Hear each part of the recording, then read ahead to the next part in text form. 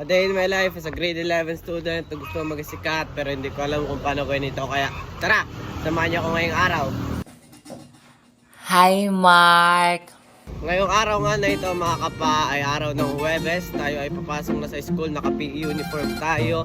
Oras natin ngayon ay 7:30. Naghihintay na tayo ng masasakyan na jeep. First subject pala natin ngayon ay General Chemistry.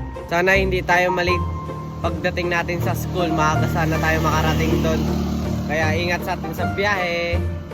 Nakarating na nga tayo ng school mga kapa. May kasabay pala tayo dyan, yung isa nating kaklase. Dahil taga-Palawig din siya. 8:30 na kami nakarating dito mga kapa. Sabi namin, pasok kami sa aming first subject. Dahil tinanong ko sa kanya kung papasok pa siya. Sabi niya, oo. Sagot ko na rin, tara, pasok tayo. Yun ang pinaka main purpose ng refrigerator. Pagtapos ng general chemistry namin, sumunod naman ang research. Habang nagdi-discuss nga si ma'am, kumakain tayo ng carbonara tapos Vitasoy na binili. Nagpaalam naman tayo kay ma'am na bibili at kakain rin tayo dito. Syempre, nagutom ang inyong ingron sa paa, kaya kainin na natin to. Pagtapos ng practical research 1, balik na rin kami sa aming paboritong ginagawa. Ito nga pala ang aming isa sa ginagawa pag walang teacher, ang manood ng horror. Marami na rin kami napatapos na movie sa sobrang dami naming bikan. Walang halos teacher ngayon dahil gumagawa sila ng grades at pasahan na ngayong week. Dahil bukas Friday ay ililist na yung mga with honors at sa Sabado naman ay card day.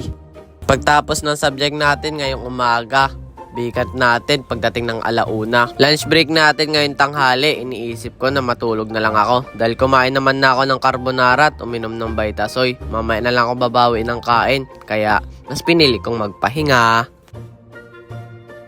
Pagtapos nga ng pagpapahinga natin sa vacant, ito, nandito na si Ma'am Pau, ang aming second sub. Tama na, punitin ang sedula. Nakikipagbiruan pa nga kami kay ma'am. Malay nyo, may makuha pa tayong 1 point, di ba? Joke lang. Score nga pala natin 71/80. Sumunod nga natin ay personal development. Recitation nga namin. Yung mga tanong kahapon mga kapa, yung sa previous vlog natin, dito natin sasagutan. Binabasa ko dito yung papel, tapos may follow-up question si ma'am. Tayo nga yung una niyang napiling mag-recite. Basic calculus nga natin, ngunit nagpaalam si sir na hindi siya makakapasok dahil nagpa-check up siya. Saktong 4:30 naman nagpapalabas na sa aming school. Kasama natin si Daddy Z dahil mag-walking tayo. Bibili siya dito ng water tapos ako lilibre niya na lang din. Sama kayo mag-walking mga kapaa. Root beer nga palang inilibre niya sa atin. Tapos sabi niya lilibre niya pa daw tayo ng tusok-tusok. Pero bago yon may inutos sa kanya ang kanyang magulang. May bibilhin muna siya bago tayo mag-walking. Ito nga palang inilibre niya sa atin, 30 pesos na siomay tapos panulak. Tapos ang binili niya naman ay kwek-kwek tapos absolute. Maglalakad nga kami sa may bandang Santo Rosario sa tabing dagat para maganda na rin ang view. Nakarating na nga tayo sa tabing dagat. Sabi ko kay dad, tambay na lang kami, panoorin namin yung sunset. Tapos agree naman siya doon para hindi na rin mapagod. Tatambay na lang tayo. Ang ganda ng view at hampas na rin ng mga alon na para bang may sinasabi silang mensahe pagdating sa akin. Na ang buhay ay parang alon. Paminsan malakas ang hampas ng dagat, paminsan kalmado. Parang sa ating buhay, may mga pinagdadaanan. Pero lagi niyong tandaan, sa kinabukasan ay may tagumpay. Sabi ko kay dad, balang araw maging matagumpay din ako. Balang araw sisikat din ako. Pinagkikwentuhan namin kung anong pwede kong gawing content. Pero hinihintay ko na lang talaga na si Lord yung magbigay sa akin. Ito nga palang aming pinagkwentuhan. Hindi, gano'n ka lang post mo. Nakari may cheating issue, gano'n. Ikaw, naulit kita, gano'n ka, tapos naulit, pinopromote ko yung mo. At least effective naman yun di ba? Dahil sikat na gawin. Pwede naman yung pambukla.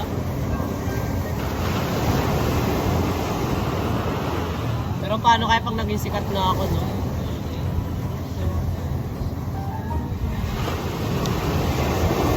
Angas oh, may kabayo.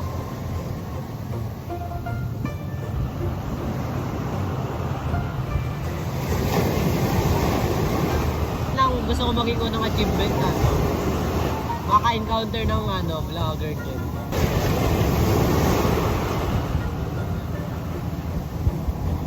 Maski ibigay lang sana sa akin ngayon taon na makita sila kong TV, sila Sir Gavin. Punta ka sa mga event-event. Mahirap yun kasi kapag pupunta ka event, kailangan mo may laking pera mo. Yung mga fest. Kumain ka na lang nila tayo. Kilala mo? Si Boy Tabang. Kumain tayo lagi. Sikat Bahala ng insekto no? Or kaya gusto ko sa simula muna, si Mod. Gusto ko makita si Kuya Mod. Or kaya si Kuya Win. Baka mag-promote lang ng page. Ikaw pala sa Kevin? Hindi, I mean gusto mo encounter lang magpa-promote. Kaya mag-promote niya Oo. Or kaya si Kuya Mod. Malapit lang naman si Kuya Mod. Sikat pa ba siya? Oo. Sikat sa akin eh. Nakikita ko na siya. Meron dumadaan sa amin si Mingming Moko. Gusto niyo yun. Yun. Si Mingming Moko, kilala ko yun. Siguro naging inspiration ko sa pagbablog sila ko, tapos sila Sir Gabe. Mo si Sir Gabe, nung tagal na niya nagbablog. Siguro pag sa vlogger. Good morning mga kapa. Ang tawag dito ay extension ng vlog dahil nakatulog tayo kagabi. Hindi na tayo nakapag-outro dahil pagtapos ko mag-shower, magpalit ng damit, talagang tumba ako sa kama eh. Hindi na ako nakatayo. Nakapag-edit pa naman ako ng vlog pero di na rin ako nakapag-voice over. Naalala ko di rin pala ako naka-outro. Ngayon ay oras ng Friday kaya mamaya may vlog ulit tayo. Sana din na tayo tama rin at din na rin tayo matulog. Sobrang pagod ko talaga, naglakad kahapon kasama si Daddy Z. Si Daddy Z nga pala isa nating kaklase. Kung bakit Daddy Z, kung alam nyo yung kay Tony yung Daddy Robe, ganun. Tinugma lang namin doon kay Daddy Robe. Tapos kami tayong nagawa kahapon.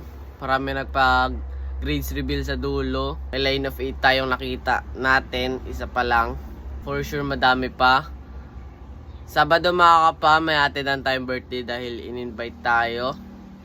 Kaya ay makikita ang mga list of honor sa bulletin board ng Maksat. Sabado rin kuhaan ng card. Kaya yan sa ating daily vlogs. Ang pala si Mark, may mga masamang kwento. Pero huwag mo nang kilalanin kung sino nga may invento. Peace out, follow for more.